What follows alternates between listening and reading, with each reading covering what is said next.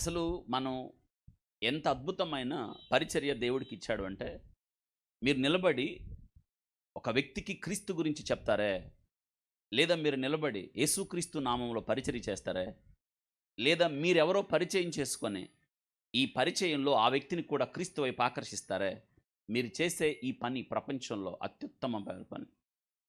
క్రీస్తును చూపించడం, that means క్రీస్తును ప్రదర్శించడం. ఎందుకంటే మనం ఇమేజ్ బేరర్స్ మనం.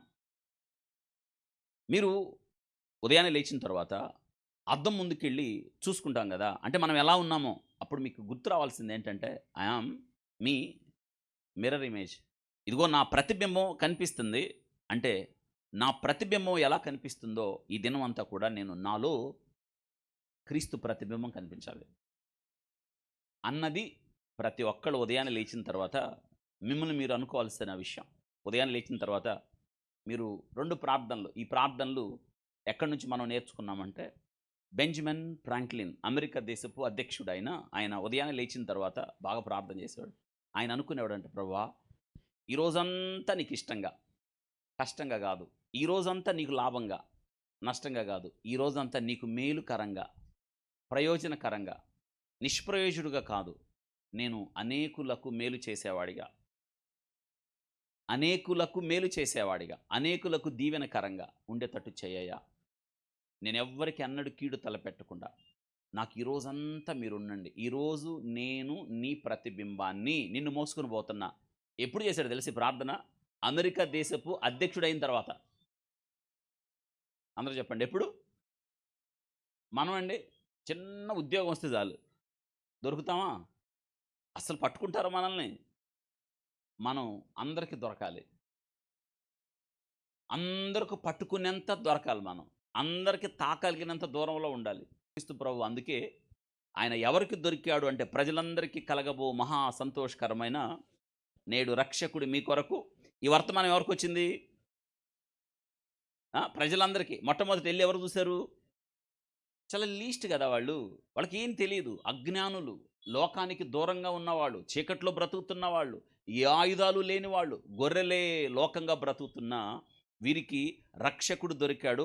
అంటే వీళ్ళు చేరగలిగినంత దగ్గరలో, పట్టుకోగలిగినంత దగ్గరలో, చూడగలిగినంత దగ్గరలో. వింటున్నారా లేదా? మీరు మంచి బట్టలు వేసుకుని ఉన్నారు, పాపం ఎవరన్నా మిమ్మల్ని దగ్గరికి వచ్చి బాగున్నామని మేమే చేసాడు అనుకోండి, మీకు కోపం వస్తుంది. మీకు కోపం రావద్దు. ఒక రోగి ఉన్నాడు, చాలామంది వస్తూ ఉంటారు కదా, ఒక్కోసారి కొన్ని మంది బాధల్లో ఉన్న వాళ్ళని కాళ్ళు చేతులు పాడైపోయి సెల్యులైటిస్ కుళ్ళిపోయిన వాళ్ళు రూమ్లో తెచ్చి కూర్చోబెడతారు కదా. ఆ తర్వాత మనం ఏం చేస్తాం? రూమ్ని క్లీన్ చేస్తాం. ఇక్కడ వినండి, మనం క్లీన్ చేసినట్టు మనం బాధపడుతున్నట్టు వాళ్ళు తెలియకూడదు. స్టిగ్మా అవుతుంది, బాధపడతారు వాళ్ళు. వస్తుంది, నిజమే. మన దేహం ఎంత పరిస్థితులు ఉన్నదో అర్థమవుతుందా? భరించాలి మనం. తీసుకుపోండి అంటే కూర్చోబెట్టాలి. తెలియదు చాలామందికి. ఇక్కడ లోన దోసుకొని వస్తారు, మీకు కోపం వచ్చింది. మనమేమో ఉండండి అంటారు, మీకన్నా ముందు వచ్చిన వాళ్ళు ఉండారంటారు. వాళ్ళు వినరు. వాళ్ళని ఏం చేయాలి తెలుసా? అర్థమవుతాడు చెప్పాలి. మీరు కోపగించుకున్నారంటే ఇక వాళ్ళ జీవితంలో మనం ఎప్పుడు వాళ్ళకి సువార్త చెప్పలేం. ఎందుకంటే మీరు 100 మాటలు చెప్పినా మీరు కోపగించుకుంటారు, అదే గుర్తొచ్చింది. బయటకు అనకపోయినా చెప్పొచ్చేవాళ్ళేపో అంటారు. లోకం తీరు కదా. మీరు ఎవరి మీద కోపగించకూడదు. పరిచర్య చేసే గొప్ప భాగ్యం ఇచ్చాడు. మీరు ఎప్పుడైనా గుర్తించండి, మనం ఎవరమంటే క్రీస్తు యేసు దాసులము. చెప్పండి అందరూ, క్రీస్తు యేసు దాసుడు. అంటే హక్కులేముండవు. దాసుడు అనేది లాస్ట్ స్థానం. అందుకే యేసు క్రీస్తు ప్రభువారు, ఆయన చక్కవ రాయబడింది, దేవాతి దేవుడు. ఆయన తండ్రితో విడిచిపెట్టకూడని భాగ్యం అని ఎంచుకొనలేదు, కానీ ఆకారమందు ఏ స్వభావం? సర్వెంట్. చెప్పండి ఏంటి? మిమ్మల్ని ఎవరైనా సర్వెంట్ కమాన్ అంటారు అంటే మీరేమంటారు? సర్వెంట్. ఎవడరా నీకు సర్వెంట్? యేసుక్రీస్తును సర్వెంట్గా పిలుచుకోవడానికి అప్పగించుకున్నాడు ఆయన. అంటే పరిచారకుడు.